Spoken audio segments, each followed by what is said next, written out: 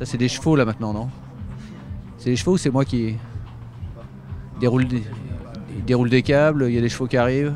Tout va bien, non? Qu'est-ce qu'ils foutent là? Ils sont en train de dérouler du câble. Je dis ça parce que on va avoir des doutes à l'oreille. Là c'est la tôle ondulée qui va nous tomber sur la gueule maintenant. Salut, c'est Antoine Decaune sur Radio VLA. Allah, Allah.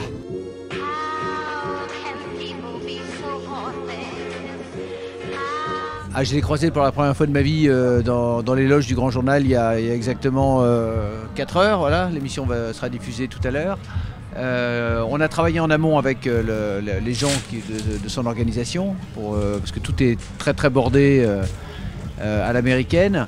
Mais voilà, c'était la première fois que je le croisais. Et pour ce qui est de l'émission qui passe aujourd'hui, on a essayé de faire à la fois la part des choses entre le personnage qui est ce type assez mystérieux finalement, qui après est devenu l'homme le plus riche du monde, comme je dis ça en un seul mot, oui, extrêmement sympathique, a consacré une grande partie de sa fortune à essayer d'améliorer le sort de l'humanité, ce qui est suffisamment rare pour être souligné, quoi.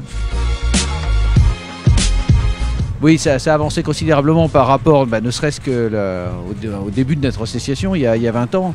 Il y a eu des découvertes énormes, il y a eu la trithérapie notamment, mais après il y a eu une mauvaise communication qui ont été faites, notamment au sujet de la trithérapie, qui a fait que ça a brouillé un peu les pistes. Les gens se sont dit, ça y est, maintenant il y a des médicaments, donc on peut survivre avec, voire on peut en guérir.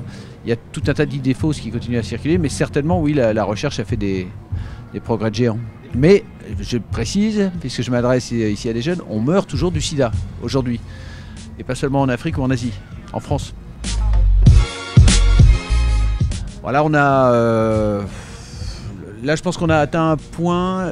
Là, par exemple, cette année, on a 175 000 billets vendus. On est plein sur les 3 jours. On a une affiche, je n'ai pas besoin de vous détailler, vous l'avez vu. Voilà, le festival s'est installé en notoriété, il est presque devenu institutionnel paradoxalement, alors que l'idée c'est de faire bouger les choses, de faire bouger les lignes et surtout de fédérer tout un tas de gens qui travaillent activement sur le terrain au quotidien, des gens que vous pouvez croiser au village des associations là-bas. Donc comment il a évolué? Il a atteint sa maturité, il a 16 ans, hein, il est presque majeur. Et maintenant on a un problème de terrain puisqu'on est condamné à bouger l'année prochaine, parce que oui, ils vont faire des travaux ici, donc il faut, je sais pas, je peux pas vous répondre aujourd'hui, mais l'idée c'est qu'il garde sa nature profonde, c'est-à-dire quelque chose d'assez de joyeux, de festif, et en même temps où il se raconte des histoires. Oui, mais ça sert à rien que je vous... Oui, de toute façon, en région parisienne, oui. C'est un engagement à long terme, c'est-à-dire que quand on s'engage dans une histoire comme ça, on ne peut pas s'en désengager.